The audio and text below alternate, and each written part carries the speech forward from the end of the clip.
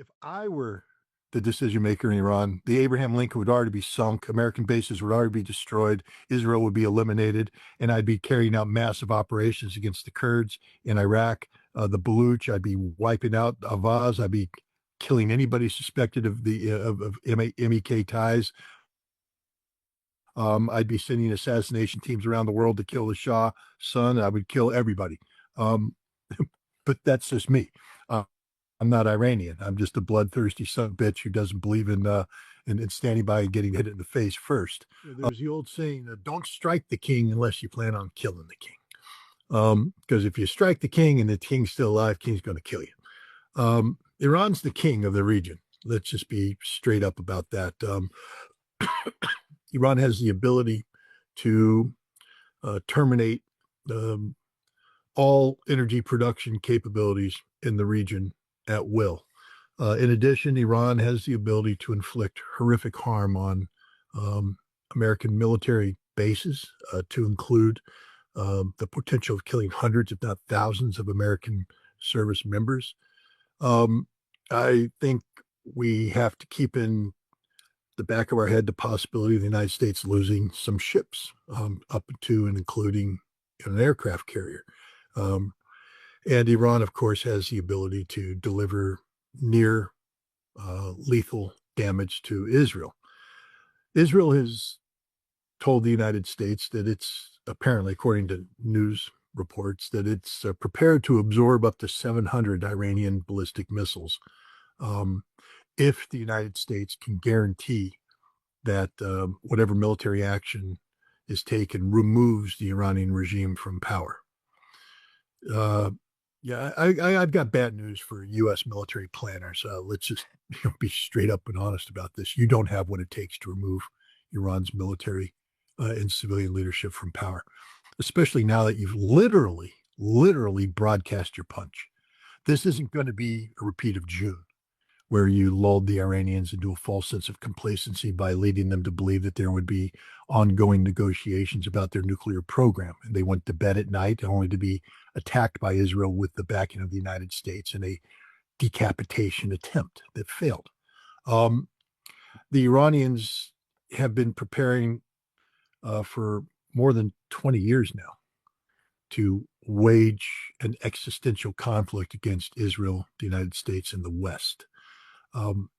They have divided their nation up into self-sustaining military and governing districts, under the assumption that there could be a decapitation strike against Tehran. Not that it would eliminate the leadership, but it could eliminate the ability of the leadership to communicate with the various regions of Iran.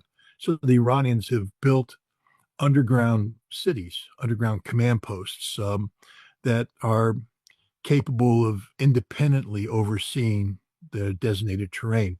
And they're also capable of independently continuing to resist against, enemies, both those who may be threatening Iran from within and also striking those without. The Iranian government has a buried city in Mashhad. I would imagine that they have their own continuity of government plan in place, and that the appropriate leaders have been sent to the appropriate places. As we learned with the case of Firdo, the underground nuclear enrichment plant, Firdo was basically a modified, pre-existing underground cavern that was created by the Iranians for resilience. They have dozens, if not more, of these around the country, many of which we don't know about, where they can hide production equipment, they can hide sensitive military equipment, they can hide documents, they can hide government office spaces, they can hide enrichment capabilities. The Iranians would be fools not to have implemented whatever plans they need to implement for, national existential resilience. And so we blew it. I mean, if you're going to carry out a decapitation strike, it has to be done by surprise. You don't telegraph your punch. And even if the United States were to come in with nuclear weapons, and I don't see them doing that, um, they're not going to eliminate the Iranian regime. It just isn't going to happen. And what's going to happen is that the Iranians are going to deliver a knockout punch against Israel that very well may end Israel's ability to survive as as a modern state by taking out critical infrastructure that will not be repaired anytime soon, making Israel basically uninhabitable for millions of people who have to flee Israel. And demographically, that's the end of Israel. Um, the the Iranians are prepared not only to shut down the Strait of Hormuz, but to permanently disrupt the ability of regional uh, energy producing nations to produce energy. This will have, a near fatal impact on the global economy. I mean, I fear for me and for my family and for the United States the consequences. The dollar's already lost 10% of its value in the past year. We're looking at the potential of a complete collapse of the dollar. We'll see what Trump does, but right now it looks as if the pieces are being put in place to carry out, a major military attack against Iran. Trump believes that he can put the Shah in power, the Shah's son in power, and resurrect the monarchy. Um, Trump is not the smartest man in the world. He literally isn't. I think people need to understand that, especially about the world we live in. And he's extraordinarily susceptible to nonsense being whispered in his ear. And right now, he is being presented with what appears to be, a solid front of anti-regime Iranians, expatriates in Los Angeles, a very strong group there, but also throughout the United States, people who are saying that it's time for the regime to fall, that the monarchy is ready to go. And remember, the CIA has been backing the monarchy. Israel's been backing the monarchy for, again, close to 30 years. So I think Trump has bought into the nonsense, and he believes that this plan can succeed. If I were the decision maker in Iran, the Abraham Lincoln would already be sunk, American bases would already be destroyed, Israel would be eliminated, and I'd be carrying out massive operations against the Kurds in Iraq, the Baluch. I'd be wiping out Avaz. I'd be killing anybody suspected of the of MEK ties. I'd be sending assassination teams around the world to kill the Shah son. I would kill everybody. Um, but that's just me. Uh, I'm not Iranian. I'm just a bloodthirsty son of a bitch who doesn't believe in standing by and getting hit in the face first.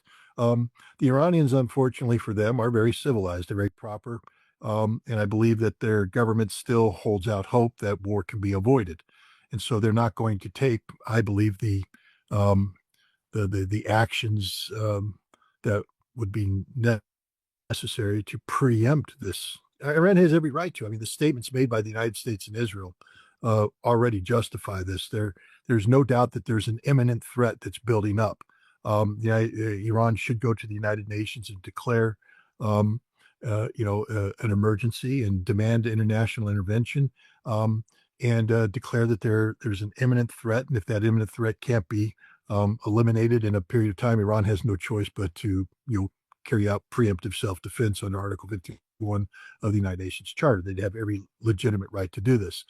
But I also think they're being advised by the Russians and the Chinese to be patient too. That, again, we know of at least two occasions when Donald Trump pulled back from the brink. And so maybe there's people advising the Iranians that this can be the third time, that there's no reason or justification to go forward, because a preemptive strike, again, if you're going to strike the king, kill the king. So the preemptive strike has to be a knockout blow to the United States and to Israel. And one of the things that happens if you carry out a very effective preemptive strike is that you open yourself up to nuclear retaliation, and that would be, again, the end of Iran. Which is why, hopefully, if I were advising the Iranians, you'd have some rational people say, "That's okay, Scott. Go sit in the back corner and eat your raw meat. We'll get back to you later."